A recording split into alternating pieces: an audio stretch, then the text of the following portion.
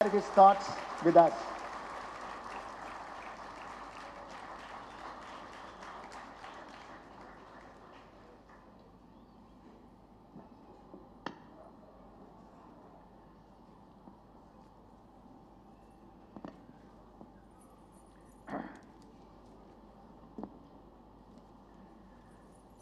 மேடையில் அமர்ந்திருக்கும் பூஜ்ய சுவாமிகளே,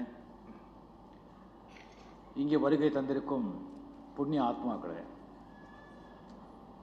பத்திரிகை நண்பர்களே, அனைவருக்கும் என்னுடைய அன்பார்ந்த வணக்கங்கள்.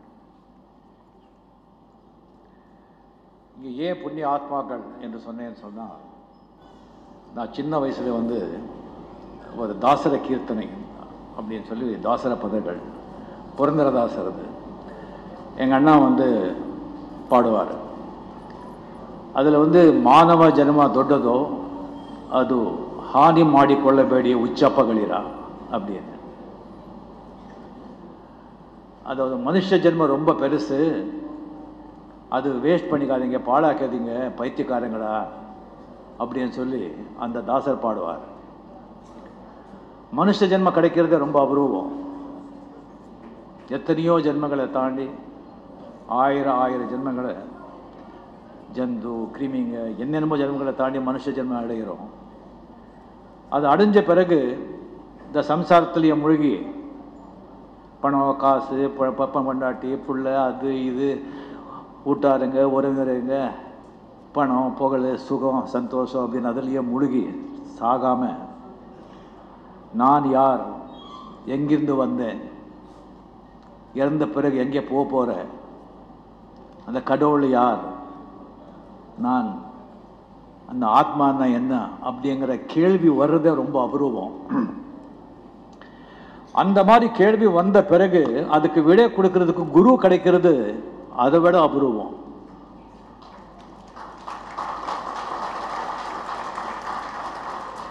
குரு கிடைச்ச பிறகு அவருடைய அருள் கிடைச்சி அவருடைய போதனை கிடைக்கிறது அதை விட அபூர்வம்.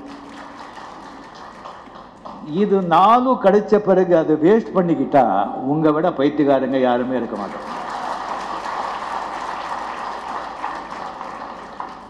ஸோ இங்கே இருக்கிறவங்களுக்கெல்லாம் அது நாளும் கிடைச்சிருக்கு, தயவு செஞ்சு வேஸ்ட் பண்ணிக்க வேண்டாம்.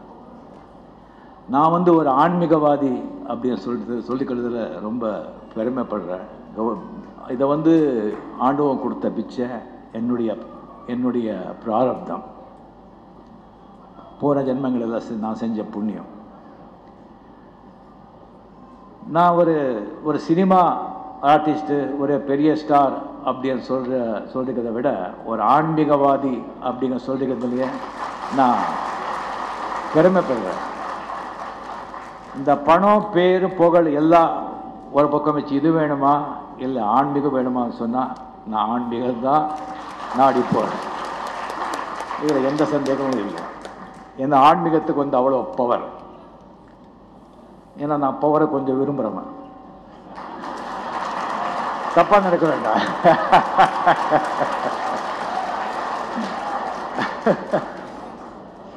நான் ஒரு ராஜா இருந்தான். ராஜா அவனுக்கு ஒரு மந்திரி இருந்தான். அவனுக்கு ரைட் ஹேண்ட் மாதிரி ஒரு அதிபுத்திசாலி, ரொம்ப நல்ல மந்திரி. அவர் இல்லாமல் ராஜா இருக்கவே முடியாது. ஸோ அந்த மந்திரிக்கு அந்த ராஜா சகல சௌகரியமும் பண்ணி கொடுத்துருந்தார். அவருக்கு ஈக்குவலாக சகல சௌகரியமும் அவர் பண்ணி கொடுத்து அவர் அந்த ஸ்தானத்தில் வச்சுருந்தாங்க. ஒரு பர்டிகுலர் டைம் திஸ்டிக்கான பிறகு அந்த மந்திரி சொன்னாங்க, ராஜா என்னை விடை கொடுங்க, எனக்கு இது போதும், நான் போகணும். எங்கே போகிறீங்க? இல்லை நான் எங்கேயோ நான் இமயமலை போகிறேன், நான் நிம்மதி தேடி போகிறேன். இவனுக்கு என்ன வேணும்? நிம்மதிக்கு பணம் இல்லையா, புகழ் இல்லையா, இப்போ ஐஸ்வர்யம் இல்லையா, வஜ்ரவாய் என்ன இருக்க சொன்ன? இல்லை நான் வேறு நாடி போகிறேன், என்னை விட்டுடுங்க. சரி, அவர் ரொம்ப சொல்ல முடியல. சரி நீங்கள் போங்க அப்படின்னு சொல்லி மனசு இல்லைன்னு சொன்னால் கூட அவர் விட்டுட்டார். அவர் எங்கேயோ போனார், இமயமலையெல்லாம் போயிட்டு அவர் ரொம்ப மிஸ் பண்ணார் ராஜா. ஒரு 3-4 வருஷம் கழித்து அந்த மந்திரி அந்த ஊருக்கு வந்தார், அந்த நாட்டுக்கு. சன்னியாசியாக வந்திருக்காரு. ஊர் வெளியே ஒரு குடிசை போட்டு அங்கே தங்கியிருக்கார். அவர் அரண்மனைக்கெல்லாம் வரமாட்டார். அவர் ராஜா கேள்விப்பட்டார். சார் அவரே போனோம். ராஜா அந்த சன்னியாசிக்கிட்டே போனார். அந்த மந்திரி வழியா ஒரு சின்ன குடிசை, ஒரு தரையில் ஒரு பாய், ஒரு சின்ன சொம்பு தண்ணி, ஒரு சின்ன தட்டு, அவ்வளோதான். ராஜா நின்னார். இங்கே நின்று எப்படி இருக்க, நல்லா இருக்க, இல்லை என்ன இது அதெல்லாத்தையும் விட்டு இவ்வளோ பண்ணி இவ்வளோ போயிருக்கே நீ, இப்போ நீ என்ன சாதிச்சுட்ட, இவ்வளோ கஷ்டப்படுறிய என்ன சாதிச்சேன்னு சொல்லும்போது அவர் சொல்கிறாரு, ராஜா அப்போ எல்லாம் நீங்கள் உக்காந்துருப்பீங்க, நான் நின்றுட்டு இருப்பேன், இப்போ நான் உக்காந்துருக்கேன், நீங்கள் நின்றுட்டு இருக்கீங்க. அதான் அந்த ஆன்மீகத்தோட பவர். நான் இதுதான் சொன்னேன். இந்த ஆன்மீகத்தில் வந்து போகும்போது கூட என்னுடைய ரசிகர்களுக்கும் சில மக்களுக்கும் ஒரு டவுட் இருக்குது. இந்த ரஜினிகாந்த் என்ன இது ரொம்ப குழப்புறாங்க அப்படின்னு சொல்லி அவரு குழம்பிக்கிட்டு நம்மளை குழப்புறாங்க. ஒரு வாட்டி ராகவேந்திர சுவாமி பக்தர் சொல்லுவாங்க, இன்னொரு வாட்டி பார்த்தா ரமண மகரிஷின்னு சொல்கிறாங்க, இன்னொரு வாட்டி பார்த்தா தயானந்த சரஸ்வதின்னு சொல்கிறாங்க, சச்சிதானந்தர் சொல்கிறாங்க, ஸோ திடீர்னு யாரோ சுவாமி ராமான்னு சொல்கிறாங்க, திடீர்னு பார்த்தா பரமஹம்ச யோகானந்தா பாபாஜின்னு சொல்கிறாங்க. அவருக்கு என்ன ஒரு நிலையை அவர் நிற்க மாட்டாங்களா அப்படின்னு சொல்லிட்டு ஒரு கேள்வி இருக்குது. சரி, குருக்கள் வந்து இந்த குருக்கு இந்த சிஷ்யன்னு சொல்லி ஆல்ரெடி எழுதப்பட்டிருக்கும். பட் அந்த பாதை ஆன்மீக பாதையில் இது ஒரு குருக்கள் வந்து இந்த ஆன்மீகம் வந்து ஒரு நெட்வொர்க். இந்த குரு இந்த சிஷ்யனுக்கு தான் அப்படின்னு சொல்லி அது சிஷ்யன் ரெடியானால் தான் குருவே தோணுவான். எனக்கு முதல் குரு என் ஆன்மீக பாதையில் என்னுடைய அண்ணா சத்யநாராயண ராவ் காயக்வாட். அவர் தான் என்ன ஆன்மீகத்தில் வந்து ஈடுபட்டு எங்கே ஒரு கதா காலட்சேபம் நடந்தாலும், எங்கே பஜனை நடந்தாலும், எங்கே தெய்வீக காரியங்கள் நடந்தாலும் என்னை சின்ன வயசுலேயே கையை கொடுத்து கூட்டிகிட்டு போவாங்க. என்னை ராமகிருஷ்ண ஆசிரமத்தில் சேர்த்ததே அவர் தான். ஸோ ராமகிருஷ்ண பரமஹம்சர் என்னுடைய ரெண்டாவது குரு. அந்த ராமகிருஷ்ண ஆசிரமத்தில் நான் ஒழுக்கத்தை கற்றுக்கிட்டேன், நம்ம சம்பிரதாயம், பாரம்பரியம், ரிஷிகள், வேதங்கள் அதை பற்றி தெரிஞ்சுக்கிட்டேன். ராகவேந்திரர் அவர்கிட்ட நான் பக்தியை கற்றுக்கிட்டேன், ரிச்சுவல்ஸ் சடங்குகளை கற்றுக்கிட்டேன், ஸ்லோகங்களை கற்றுக்கிட்டேன். ரமண மகரிஷி அவர்கிட்ட நான் யார் அப்படிங்கிற உள்ளுக்குள்ளே நம்மளே தேடுதல் பண்ணுறது, நமக்குள்ளேயே நம்ம போய் நான் யாருங்கிற கேள்வி கேட்டுக்கிறது, அது ரமண மகரிஷி கிட்ட கற்றுக்கிட்டேன்.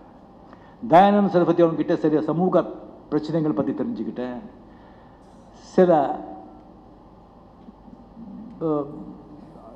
சமூக பிரச்சனைகள், சில வேதம் உபனிஷத்துக்குள்ள சில நுணுக்கங்களை தெரிஞ்சுக்கிட்டேன். சச்சிதானந்தர் அவர் தான் எனக்கு வந்து குரு, எனக்கு மந்திரோபதேசம் பண்ண குரு சச்சிதானந்தர். அதுக்கப்புறம் கூட என்னுடைய தேடல் இருந்துக்கிட்டே இருந்தது. 1978 வந்துட்டு நான் ஆக்டர் ஆன பிறகு நான் ஏர்போர்ட்டில் போகும்போதெல்லாம் அந்த புக் ஸ்டாலில் வந்துட்டு ஒரு புக் இருக்கும். அதில் வந்து ஒரு சுவாமிஜியோட ஃபோட்டோ இருக்கும்.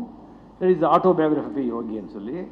எனக்கு வந்து இந்த சுவாமி வந்து பொண்ணா ஆனா அப்படிங்கிறதே எனக்கு டவுட். புக்கு வாங்க மாட்டேன், பட் அது கண்ணு மட்டும் அது என்ன பார்க்குற மாதிரி இருக்கும், இது பொண்ணா ஆனா அப்படின்னு சொல்லி. அதுக்கப்புறம் ஒரு வாட்டி இந்த புக்கு நான் வாங்கிட்டேன். சரி, வாங்கி வச்சு பார்த்து அது வந்து ரொம்ப கஷ்டமாக இருந்தது புரியறதுக்கு. அது இங்கிலீஷ் எல்லாம் நமக்கு வந்து சரியாக தெரியாது, என்னடா இது சொல்லிவிட்டு அதுக்கப்புறம் அப்படியே நான் வச்சுட்டேன். அது ஒரு 20 வருஷம் 22 வருஷம் அந்த புக்கு என்னுடைய லைப்ரரியில் இருந்தது. அது நான் வந்து படிக்கவே இல்லை.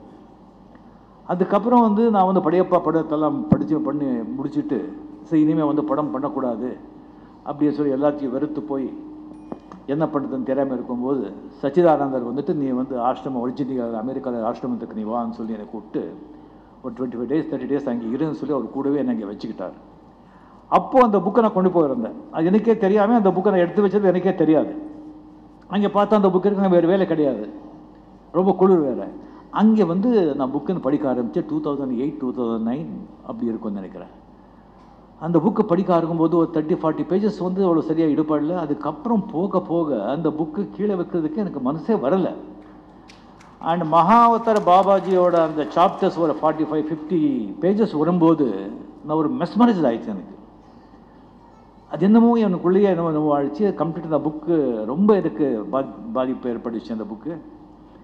ஸோ அதுக்கப்புறம் வந்து சுவாமிஜி வந்து எனக்கு மந்திரோபதேசம் பண்ணார். நான் வந்து ஆக்டிங் பண்ண வேண்டாம் எதுக்கு அப்படின்னு சொல்லும்போது இல்லை நீங்கள் ஆக்டிங் வந்து பண்ணுறது வந்து உங்களை மாதிரி ஒரு ஆக்ட்ரஸுங்க வந்து இந்த மீடியா சினிமா மீடியா வந்து ஒரு பவர்ஃபுல் மீடியா.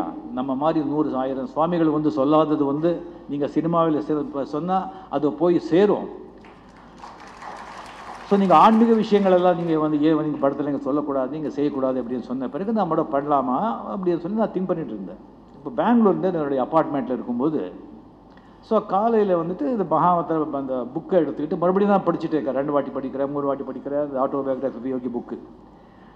அதில் ஒரு காலையில் வந்து ஒரு 9:30 9:45 அந்த மகாவதார பாபாஜி ஃபோட்டோ இருக்கும். அந்த ஃபோட்டோ வந்து வரும்போது பார்த்தா அந்த ஃபோட்டோலேருந்து ஒரு லைட் ஸ்பார்க் என்னை நோக்கி வர்ற மாதிரி எனக்கு ஒரு ஃபீலிங், நாட் விஷுவலி, எனக்குள்ள ஒரு உணர்வு, அந்த லைட்டு எனக்கிட்ட வர்ற மாதிரி அந்த பாபாஜி ஃபோட்டோலேருந்து வந்துட்டு உள்ளுக்குள்ளே மனசு சொல்கிறது படுத்துக்கோ, லே டவுன் அப்படின்னு சொல்லி ஒரு உள்ளுக்குள்ளே மனசு சொல்கிறது. எனக்கு வந்து இது ஹாலுசினேஷனா, நானே இது திங்க் பண்ணிக்கிறேனா, நானே ஏதாவது நானே திங்க் பண்ணிக்கிறேன் அப்படி கிடையாது அப்படின்னு சொல்லி அப்படியே புக்கை மறுபடியும் வச்சுட்டு மறுபடியும் பேப்பர் படிக்கிறேன், டிவி போடுறேன், மறுபடியும் அந்த புக்கை போய் பாரு, அது மனசு சொல்கிறது. மறுபடியும் போய் பார்த்தா மறுபடியும் அந்த லைட் ஸ்பார்க் எனக்கு மேலே வர மாதிரி ஒரு உணர்வு, எனக்கு படுத்துக்கோ மறுபடியும் அதே மாதிரி. ஸோ என்னால் ரெசிஸ்ட் பண்ண முடியல. ஒரு 1 hour 1.5 hour அப்புறம் என்னால் ரெசிஸ்டே பண்ண முடியல. அங்கேயே கட்டில் இருந்து படுத்துட்டேன். படுத்த பிறகு தலைகாணி எடு அப்படின்னு சொல்லி யாரோ ஒரு இன்ஸ்ட்ரக்ட் பண்ணுற மாதிரியே ஒரு உள்ளுக்குள்ளே ஒரு மனசு சொல்கிறது, தலைகாணி எடுத்தாச்சு. பெட்ஷீட் காலைல பட்டு இருக்கு, பெட்ஷீட்டு பெட்ஷீட் எடுத்தாச்சு. கை வந்து இந்த கை வந்து இப்படி வச்சுக்கணும், பாம்ஸில் விரிச்சு வச்சுக்கணும், உடம்புல டச் ஆகக்கூடாது அப்படின்னு சொல்லிட்டு ஒரு உள்ளுக்குள்ளே மனசு சொல்கிற மாதிரியே அப்படியே படுத்துக்கும்போது ஒரு 35-40 seconds இருக்கும். அந்த ஸ்பார்க், லைட் ஸ்பார்க் வந்து என் உடம்புல போகிற மாதிரி எனக்கு ஃபீல். போயிட்டு உடம்பெல்லாம் வேர்த்து போச்சு. உடம்பெல்லாம் வேர்த்து போய் அதுக்கப்புறம் ஒரு வேர்த்து போயிட்டு அதுக்கப்புறம் டக்குன்னு சொல்லி எந்திரிச்சிட்டு ஓடி போய் அந்த புத்தகத்தை எடுத்து அந்த ஃபோட்டோ பார்த்து அந்த ஃபோட்டோவில் அந்த லைட் ஸ்பார்க் கிடையாது. இப்போ வரல. எனக்கு என்னடா இது, யார்கிட்டையும் சொல்லவும் முடியல, இது உண்மையா நிஜமா ஒன்றும் புரியல எனக்கு. அதுலேயே மைண்ட் ஓடிட்டுருக்கு. நெக்ஸ்ட் டே மறுபடியும் போய் பார்த்தேன், மறுபடியும் லைட் வரல, ஸ்பார்க் வரல. இல்லை நாளைக்கு அதே டைமில் வரும்னு சொல்லிட்டு நெக்ஸ்ட் டே வந்து 8:45 9 o'clock பார்த்தா ஸ்பார்க் வரவே இல்லை. எனக்கு ரொம்ப ஆச்சரியமாக இருந்தது. அன்னைக்கு ஈவினிங் வந்துட்டு பாபா படம் ஸ்கிரிப்ட் அப்படியே என் மைண்டில் வருது. அப்படியே யாரோ சொல்கிற மாதிரி கம்ப்ளீட்லி சீன் பை சீன் வந்து எனக்கு வந்து அந்த படத்தை இப்படியே எடுக்கணும் வித் டைட்டில், பாபா டைட்டில். இன்னும் ஒரு 15 days வேறு வேலை இருந்தது அங்கே பெங்களூர், கர்நாடகா, மற்ற எங்கேயோ போகிறதா இருந்தது. அதெல்லாம் கேன்சல் பண்ணி உடனே வந்துட்டு சென்னை வந்து அந்த பாபா படத்தை நானே ப்ரொடியூஸ் பண்ணி நானே ஸ்டோரி ஸ்க்ரீன் பிளே சொல்லி அந்த படத்தை எடுத்தேன். ஸோ இது வந்து பாபாஜியோட மெசேஜ் எனக்கு கொடுத்தது. ஸோ அந்த படம் எடுத்த பிறகு வியாபார ரீதியாக அந்த படம் சரியாக போகலன்னு சொன்ன உடனே இந்த படத்தினாலே வந்துட்டு மற்றவங்க இதாகக்கூடாது, வியாபாரத்துக்காக எடுத்தது கிடையாது, அந்த விஷயத்தை போய் சேரணுங்கிறதுக்காக அது யார் லாஸ் அடைஞ்சாங்களோ அவங்களுக்கு அந்த பணத்தை நான் வந்து திருப்பி கொடுத்தேன். ஸோ அவங்களுடைய ஒரு நெட்வொர்க் தட் இஸ். அதுக்கப்புறம் அது எடுத்த பிறகு உங்களுக்கு தெரியும், அந்த பாபாஜி படம் திஸ்டிங் எடுத்த பிறகு எனக்கு வந்து கிரியா யோகா எனக்கு வந்து அந்த ஒரு பாக்கியம் கிடைச்சது. கிரியா எனக்கு வந்து இனிஷியேட் பண்ணாங்க. அந்த கிரியா இனிஷியேஷன் ஆன பிறகு என்னுடைய லைஃபே எனக்கு ஒரு சேஞ்ச் ஆகிடுச்சு. அதாவது என்னுடைய குருக்கள் ஒரு சிலர் சொல்லணும்னு சொன்னால், என்னுடைய குரு சச்சிதானந்தர், என்னுடைய சத்குரு பரமஹம்ச யோகானந்தர், என்னுடைய பரமகுரு மகாவதார பாபாஜி, என்னுடைய பரமேஷ்டி குரு Sri Krishna Jesus. This is the order. இந்த கிரியா யோகா அப்படிங்கிறது இது சாதாரணது இல்லை. இப்போ எல்லாம் வந்து இப்போ உங்களுக்கு தெரியும், எத்தனை பேர் நம்ம வந்து கேட்காததே கிடையாது. எல்லாம் நல்லது செய்யணும், நல்லது பண்ணணும், எது கெட்டது எது நல்லது எல்லாமே நமக்கு தெரியும். பட் என்ன மெடிடேஷன் பண்ணால் கூட ஜஸ்ட் மெடிடேஷன்லேயே வந்துட்டு நீங்கள் உட்காந்து நீங்கள் ஓம் சொல்கிறதா, எவ்வளோ திஸ்டிங் சொல்கிறது, அதுவும் எத்தனை பேர் என்ன மெடிடேஷன் சொல்லி அதுவும் கேட்குறாங்க. சரி, எல்லாத்துக்கும் ஒரு டெக்னிக் இருக்குது. இந்த டெக்னிக் வந்துட்டு இந்த இமயமலையில் போகிறதுனால இதை பற்றி எல்லாம் வச்சுட்டு நான் வந்து சொல்லிட்டுருக்கேன். அந்த இமயமலையில் வந்து நீங்கள் போகும்போது எத்தனையோ சீக்ரெட்ஸ், இந்த டிவைன் சீக்ரெட்ஸ் இன்னும் அடங்கி கிடக்கு. அது இன்னும் வெளியே தெரியல, இன்னும் வெளியே வரல. அதெல்லாம் அது வந்து இந்த மாதிரி மகாவதார பாபாஜி அப்போ நினச்சி இது வந்து கிரியா திசிங்கள் பெரிய பெரிய சித்தர்கள் யோகிகள் இமயமலையில் வந்து செஞ்சுட்டு இருக்கிறது, குகையில் செஞ்சுட்டு இருந்த அந்த ஒரு டெக்னிக், அதை ஈவன் ஜனங்க மத்தியிலையும் சர்வ சாதாரண சம்சாரிகளுக்கும் சாதாரண மனுஷங்களுக்கும் அது போய் சேரணுங்கிறதுக்காகவே மகாவதார் பாபாஜி வந்து அது லஹரி மகர்ஷி ஒரு சம்சாரி, அவர்கிட்ட வந்துட்டு இதை போய் சொல்லிட்டு இது எல்லாருக்கும் போய் சேரணும்னு சொல்லி சொன்ன டெக்னிக், மெடிடேஷன் டெக்னிக். அது எப்படின்னு சொன்னால், இப்போ வந்து ஜஸ்ட்டு இப்போ ஒரு கேமரா ஆகட்டும், கேமரா இல்லை ஒரு டிவி ஆகட்டும், இல்லை டெலிஃபோன் ஆகட்டும், ஒரு செல்ஃபோனுக்கு ஆகட்டும், எத்தனை மெக்கானிசம் இருக்குது, எத்தனை மெக்கானிசம், அதுக்கு எத்தனை பேட்ரி, கரண்ட்டு, வயிறு, ஒரு ஜஸ்ட்டு ஒரு செல்ஃபோனுக்கு அவ்வளோ மெக்கானிசம் இருக்கும்போது இந்த உடம்பு எப்பேற்பட்ட ஒரு மெக்கானிசமுங்க, எப்பேற்பட்ட ஒரு மெக்கானிசம். அப்போ இதுக்கு வந்து என்ன டெக்னிக்கல் விஷயங்கள் உள்ளே இருக்கும், அவ்வளோ விஷயம் இருக்கும்போது அதுக்கு வந்து ஒரு கரண்ட், ஒரு பேட்ரி வேணும் இல்லை, அது எங்கே வருது, அது காஸ்மாஸ், டிவைன், அங்கேருந்து வருது. அது ரிசீவ் பண்ணுறது எது, நம்ம உடம்புக்குள்ளே வந்து ஏதோ இருக்கணும் ரிசீவ் பண்ணுறதுக்கு. அது எங்கே இருக்குது, நம்ம சக்கரங்கள், மூலாதாரா, சுவாதிஸ்தானா, மணிப்புரா, அநாதா, விஷுத்தா, ஆக்ஞா, சஹசிராரா, குசிஷ்டா, அக்கல்ட் பவர் சென்டர்ஸ். அது எங்கே பிளேஸ் பண்ணியிருக்காங்க, நம்ம ஸ்பைனல் கார்டு, முதுகெலும்பில் அது வந்து பண்ணியிருக்காங்க. உங்களுக்கு தெரியும், ஒன்று மண், தண்ணி, அக்னி, வாயு, சவுண்டு, ஆகாயம். இது வந்து அந்த காஸ்மிக் பவரோட லிங்க். அதை வந்து நம்ம வந்து ஃபங்க்ஷன் பண்ணணும், ஃபங்க்ஷன் ரொம்ப இதாகிட்டு இருக்கு. அது வந்து பேட்டரியை வந்து சார்ஜ் பண்ணணும். அப்போ சார்ஜ் பண்ணாதான் அந்த காஸ்மிக் பவரை வந்து அது இழுத்துக்கிட்டு அது வந்து ரெஸ்பாண்ட் பண்ணும். அதான் கிரியா யோகா. அந்த கிரியா வந்து நம்ம மூச்சு தான் அந்த கரண்ட், வாயு வந்து வயர், அந்த வயரை வந்து நம்ம முதுகெலும்பு, அந்த வயர், அந்த சக்ராஸ், அதுதான் கிரியா. இது சாதாரண ஆர்ட் இல்லை. இதை வந்து தெரிஞ்சுக்கிட்டா அது நம்ம ஆண்டு இப்போ சந்தோஷ், சுகம், எல்லாரும் கஷ்டப்படுறது, பாடுபடுறது எல்லாமே சந்தோஷத்துக்கு, மன நிம்மதிக்கு இல்லையா, அது வந்து கிடைச்சிடும். அதுக்கு முன்னால் வந்து இன்னொரு இம்பார்ட்டன்ட் விஷயம் இருக்குது. நீங்கள் வந்து ஏதாவது ஒரு விதை போடணும்னு சொன்னால் அந்த பூமியை முதல்ல வந்து பதப்படுத்தணும். அது தண்ணி போட்டு பதப்படுத்தி களையெல்லாம் எடுத்து அதுக்கப்புறம் அந்த ஃபர்டிலைசருங்கெல்லாம் போட்டு கரெக்ட் செஞ்ச பிறகு தான் நீங்கள் விதை போடணும். அப்போ நீங்கள் கிரியா வந்து உடனே வந்துட்டு பலம் கொடுக்காது. அதுக்குள்ளே வந்து இப்போ ஒரு விருந்தாளியை வந்து ஒரு வீட்டுக்கு நீங்கள் கூப்பிட்டால நீங்கள் வீடு என்ன பண்ணுவீங்க, அப்படியே வச்சுருப்பீங்க. அது எவ்வளோ க்ளீன் பண்ணி பார்த்து எல்லாத்தையும் எடுத்து டெஸ்ட் எல்லாம் எடுத்து கரெக்டாக வந்து செட்டு பண்ணி ஒரு விருந்தாளி வர்றதுக்கே. ஸோ அப்பேற்பட்ட ஒரு கடவுள் விருந்தாளி உங்கள் நெஞ்சுக்குள்ளே வரணும்னா உங்கள் நெஞ்சை எவ்வளோ தூய்மையாக நீங்கள் வச்சுக்கணும். எவ்வளோ தூய்மையாக வச்சுக்கிட்டாதான் அது பலன் கிடைக்கும். அந்த ஆண்டை வந்து கிரியாவை ஒர்க் அவுட் ஆகும். இல்லைன்னா அது வந்து சாத்தியமில்லை. அது எப்படின்னு சொன்னால், எல்லாருக்குமே ஒரு வாட்டி திருதராஷ்டிரர் வந்து கிருஷ்ணனுக்கு சொல்கிறாரு, கிருஷ்ணா நீ வந்து அர்ஜுனனுக்கே எல்லா உபதேசம் பண்ணிகிட்ருக்க, நீ துரியோதனனுக்கும் வந்து என்னுடைய பையன் அவன் தான் வேற தப்ப, அவனுக்கும் வந்து உபதேசம் பண்ணு அப்படின்னு சொல்லும்போது கிருஷ்ணா சரின்னு சொல்லிட்டு துரியோதனன்கிட்டே வந்து உபதேசத்தில் போவார். அப்போது துரியோதனா சொல்கிறான், இதை பாரு கண்ணா, எனக்கு எது நல்லதும் தெரியும், எது கெட்டதும் தெரியும், எது தர்மம் தெரியும், எது அதர்மம் தெரியும், எது செஞ்சால் புண்ணியம் தெரியும், எது செஞ்சால் கர்மம் தெரியும். ஆனால் செய்ய முடியல, நான் செய்ய மாட்டேன். அங்கே அர்ஜுனன் சொல்லி ஒருத்தர் இருக்கான், அவன் நல்லதும் தெரியாது கெட்டதும் தெரியாது, எது செய்யணும்னு தெரியாது, எது செய்யணும்னு தெரியாது, அவங்ககிட்ட போய் நீ சொல்லு அப்படின்னு துரியோதனா. ஸோ அர்ஜுனன் வந்து நிஜமாக அவன் வந்து எல்லாமே சரண்டர் ஆகிட்டான். அவன் ஆத்மாவும் சுத்தியாக இருந்தது. அதனால தான் கிருஷ்ணா அந்த சொன்னது எல்லாமே அவருக்கு வந்து பகவத்கீதை அவர்கிட்ட சொன்னாங்க. ஸோ ஒரு விதத்தில் நாம் எல்லாரும் துரியோதனர்கள் தான்.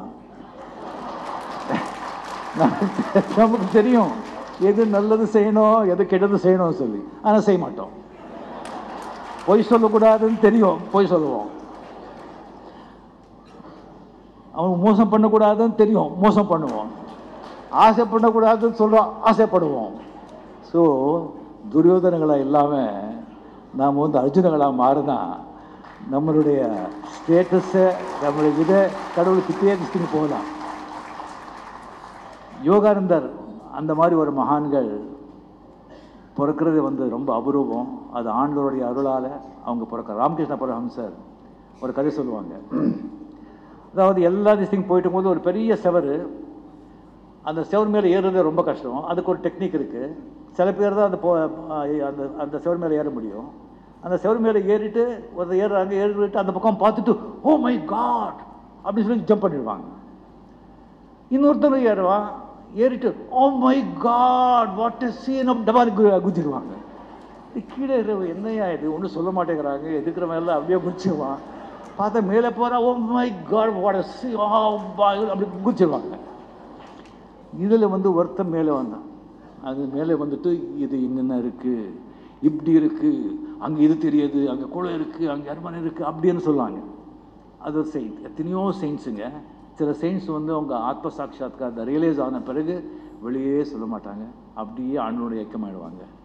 சில பேர் அங்கே வந்து உட்காந்துட்டு இப்படி இப்படி இருக்குது, இப்படி இப்படி செய்யணும், இப்படி இப்படி சொல்லணும் அப்படின்னு சொல்லுவாங்க. சில பேர் கீழே இறங்கி வந்து உங்களுக்கு ட்ரைனிங் கொடுத்து உங்களையும் கூட்டிகிட்டு போய் மேலே போய் அந்த பக்கம் விடுவாங்க. அந்த கேட்டகரி தான் பரமஹம்ச யோகானந்தர்.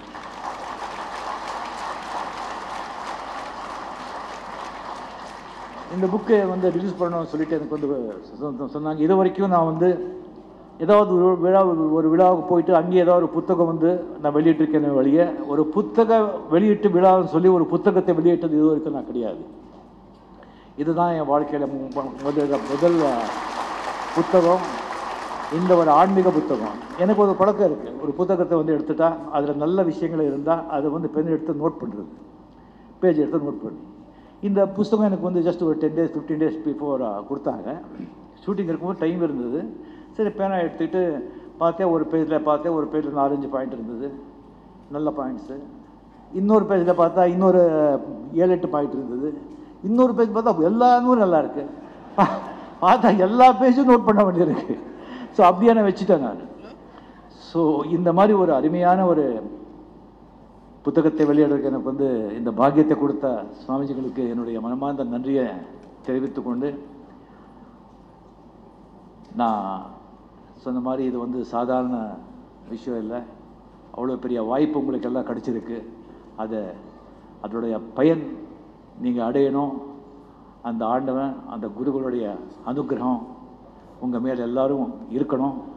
நிம்மதியாக சந்தோஷமாக அந்த நீங்கள் ஆத்மாவை உணர்ந்து அந்த பரமாத்மாவோட இணையணும். அந்த தெய்வீக காதல் சுவாமிஜி மிக அழகாக பேசினார். அந்த தெய்வீக காதல், அந்த காதல்ங்கிறது ஒருத்தருக்கு ஒருத்தருக்கு நடக்கிறது. அது உங்களுக்கும் ஆண்டவனுக்கும் நடக்கிறது. அதுங்க குருகளுக்கிட்ட சொல்ல வேண்டிய அவசியமே இல்லை. நீங்கள் தியானம் பண்ணும்போது உங்களுக்குன்னு சில விஷன்ஸுங்க வரும், சில எக்ஸ்பீரியன்ஸ் ஆகும். அது யார்கிட்டையும் சொல்ல வேண்டாம், குருக்கிட்டே சொல்ல வேண்டாம், உங்கள்கிட்டயே வச்சுக்கிட்டு அது நீங்கள் அனுபவிங்க, நீங்கள் ரசிங்க. அது போக போக செய்ய அழுக்காமல் திகட்டாமல் அதோடைய ஆனந்தத்தை நீங்கள் அடைவீங்க. அந்த பாபாஜி, அந்த எல்லா குருகளுடைய ஆசீர்வாதம் உங்கள் மேலே இருக்கணும். நன்றி, வணக்கம்.